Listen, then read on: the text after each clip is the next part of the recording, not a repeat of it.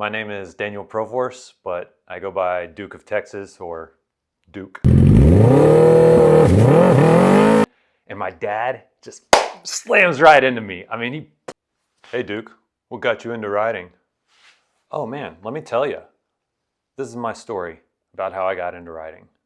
I was born a rider, and I literally mean that. I remember being 3 years old and knowing, just having this intuitive and intrinsic knowledge, just knowing that I'm supposed to be a motorcycle rider. I wasn't really introduced to bikes until I was 10 or 11. I got to ride on the back of a Harley for the first time, and that was kind of lame. But let me go back to when I was 3. So I was living with my mom. She would take me to a babysitter. Babysitter had other kids.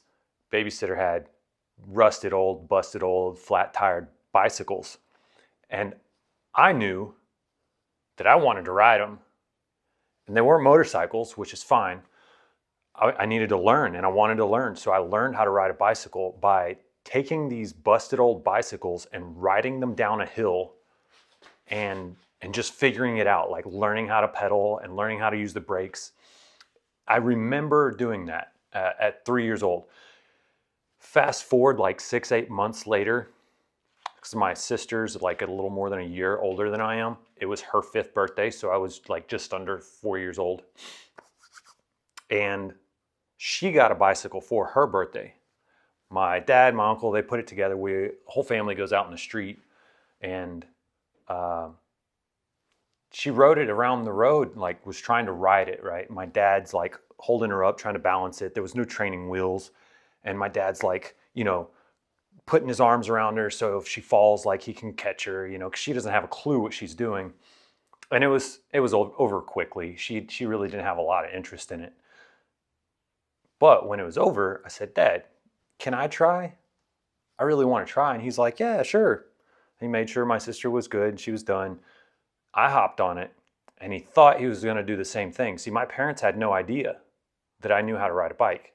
In fact, they weren't even together at that time, so he wouldn't have known even if he was picking me up from the babysitter. But the point is that I took off on that bicycle. I just hammered it. I was pedaling hard and going. My dad is running after me, chasing after me, trying to put his arms around me in case I fall. He doesn't realize that I know what I'm doing. And I slam on the brake. You know how you do the little reverse pedal on the little kids' bikes? It was one of those. So I pushed it down with my foot, and I slid the tire to the side, feeling all tough and everything and confident. And my dad just slams right into me. He plowed me, knocked us both out. We're both on the ground at that point. And it was hilarious. And it's so interesting now, looking back and reflecting, because that was the beginning of me on my path to motorcycles. I didn't have the opportunity for motorcycles when I was a kid, so the bicycles, and I rode bicycles all the way up through my late teens, and I rode hard.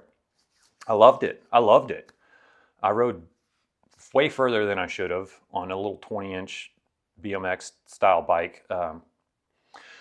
But where it finally moved from bicycles to motorcycles was I got my first job, real job, making decent money. I think I was making $10 an hour. That was back in 2006, 2007. So I saved money. I got a vehicle. I got a cell phone, and I was starting to have money to do something with. And I knew I wanted a motorcycle, and I didn't have a clue how to ride. So I found out, I forget how I found out, but I found out that Harley-Davidson would teach you, at their facility, there was teachers that would teach you a class on how to ride a motorcycle, and then they would even give you let you ride their motorcycles. And I was like, sign me up. How much is it? I'm doing it now. And I did. I signed up for it as soon as I could. I took the course. I did extremely well. I had no issues. It was kind of funny though, because I was so ignorant. I just didn't know anything. I bought a helmet off of eBay, and the helmet was yellow with cards on it, like ace and jack and king and like four, like the, you know, the suite. Anyways, it was bright yellow.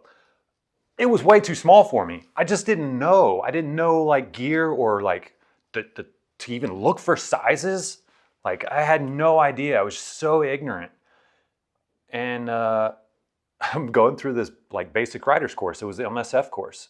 And I'm wearing this helmet and I'm asking the instructors like, hey, is my head supposed to hurt? Like this helmet fits really tight. And they're like, oh yeah, that's normal. It's normal to be snug. Yeah, it might hurt a little bit. You'll be all right.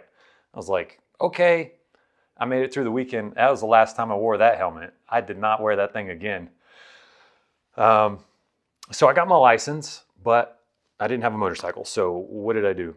I joined the Marine Corps, and I found out very quickly that banks love to give military guys money because you have a 4-year guaranteed job that you've got like a super, super low percent of like being laid off, like fired, like quitting. Those rates are just super low compared to like other jobs. So lenders want to give military guys, especially the young dumb ones, want to give them as much money as they can. I didn't have a touch of credit. I didn't have any credit. So they gave me $10,000 max on a new motorcycle loan. So I finally get to Camp Lejeune after going through basic training and then my school training. And I get in Lejeune with, and I had a couple buddies from school. And I was 19 years old. 19, yeah. So this was spring of 2008. Spring of 2008 is when this happened. And I went out in town, had a friend take me out in town and look at these dealerships for a bike. Now, one dealership tried to sell me a Hayabusa and they were very pressuring and I was like, I'm not buying from these guys. We went to another dealership and I saw what I wanted and they were super chill. They were just like, yeah, what's your interest? What do you want to do? Like, I'm here to help. And the calmness was so relieving. I was like, I'm buying a bike from you guys. So I look across the showroom, ignorant. Like I said, I didn't have a clue what I was doing. Never owned a motorcycle. Rode one for like, a day and a half in the MSF course. And I said, I want that red one. And I wanted it because it was red and beautiful sport bike. I wanted a sport bike and it had dual exhaust under the tail, like dual exhaust. And I thought that was just sick. If you've ever watched, or like it's a game called Extreme G. It was on the PlayStation. No, it was on Nintendo 64, because that's where I played it. And then later they had Extreme G2. I love those games. They were motorcycle racing games. And the dual exhaust from that game was what like really grabbed my attention. So I just like translated what I enjoyed in there to like real life. Dumbest thing to base your choice on the freaking position of a exhaust pipe. But that's what I did. And it was a 2007 ZX10 red. Beautiful bike.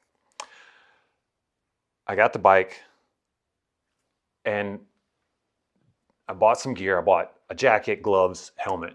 The helmet fit. I was excited. I was happy about the gear. I love the gear, but they said, all right, come by Friday afternoon. We'll have your bike ready. You can pick it up.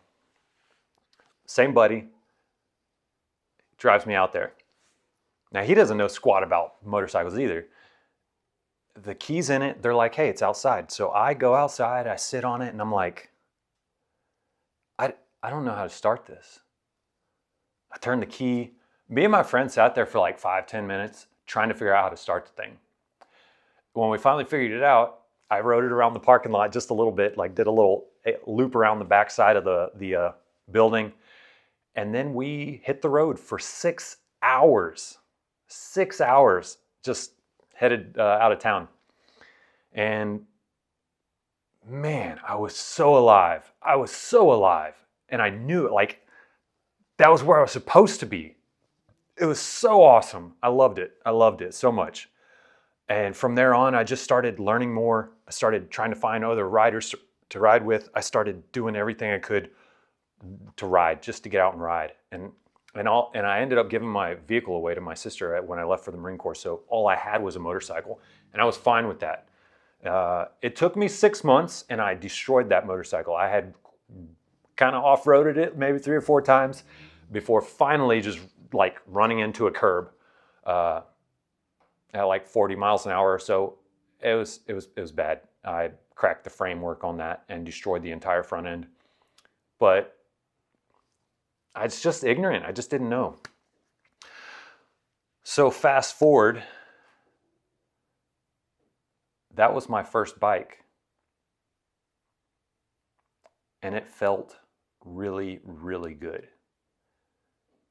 And to this day, I still know that where I belong is on 2 wheels. I'm a rider through and through. It's a part of my soul. It will always be with me. It's something that I will carry with me to the grave.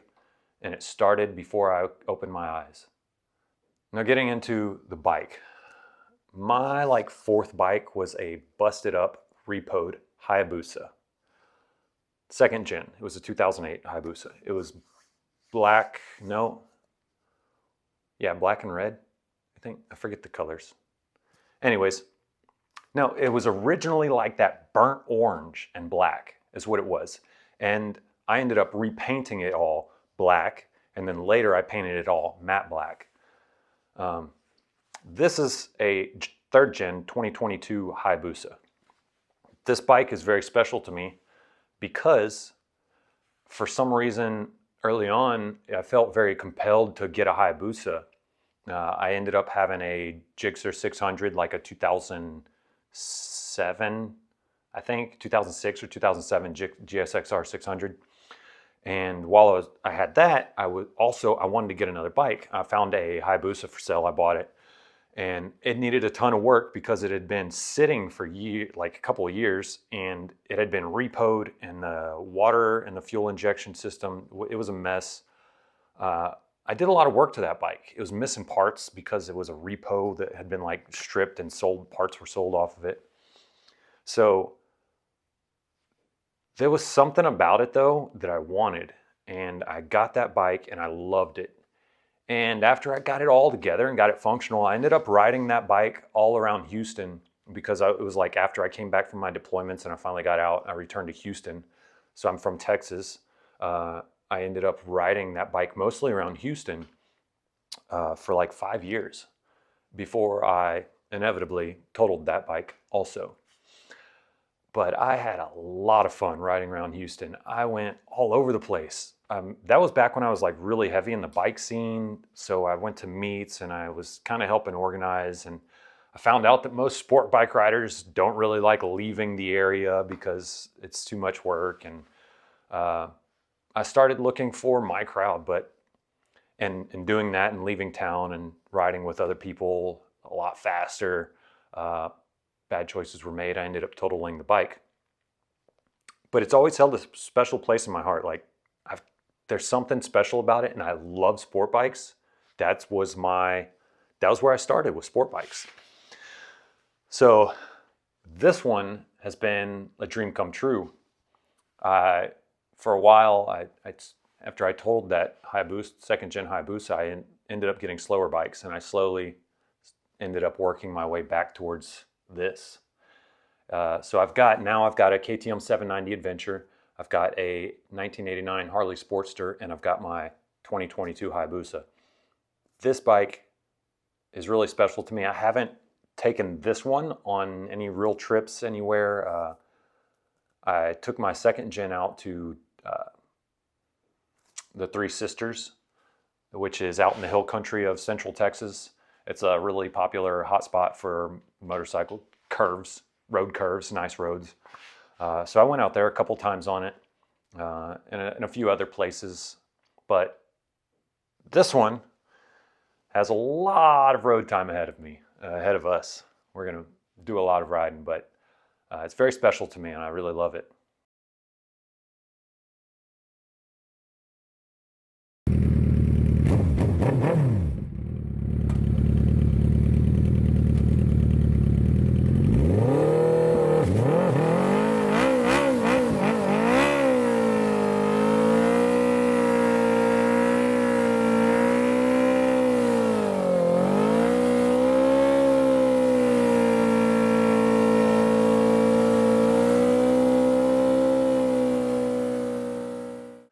This is the first bike and rider interview that I've done, and I've got a lot ahead of me.